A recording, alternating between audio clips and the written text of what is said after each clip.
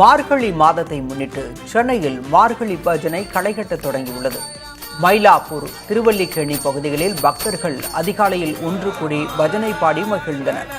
திருப்பாவை, திருவெம்பாவை மற்றும் கீர்த்தனைகளை பாடியவாறு கோயிலின் மாடவீதிகளில் அவர்கள் வலம் வந்தனர்.